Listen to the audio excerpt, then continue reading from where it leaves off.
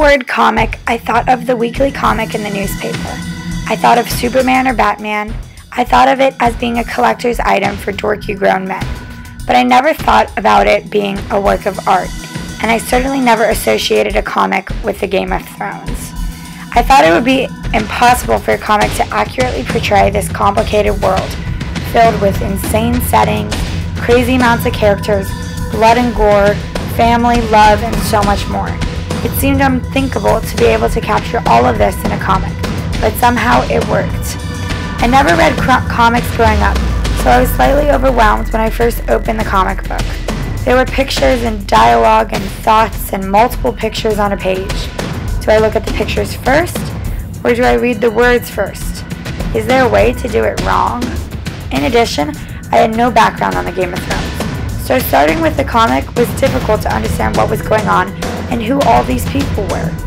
After my nerves disappeared, I really found the comic interesting. To design a comic takes skill, and I admire it. I liked how the dialogue in the comic remained true to the original dialogue and text from the Game of Thrones novel. What I liked most about the comic, however, was how it made me compare comics to real life. I noticed that oftentimes the style of a comic mirrors the way we live our lives in the real world.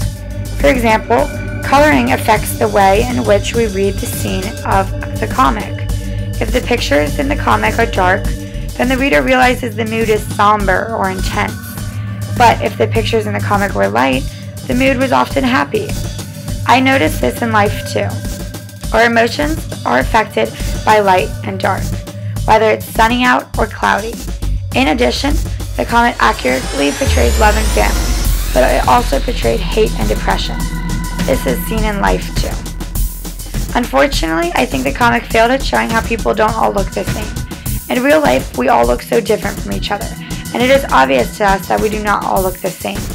However, in the comic, everyone looked the same, and it was confusing to me to figure out who was who, because their faces looked too similar. This would be a struggle for a comics artist, being able to draw every detail to make sure everyone looks different. But even though the artist did not do a good job about showing how we all look different from one another, he did do a good job at drawing settings.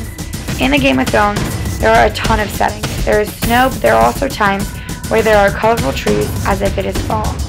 All of the settings in the comic reminded me of the settings and seasons that we have in real life. It was interesting to see how they are all so similar.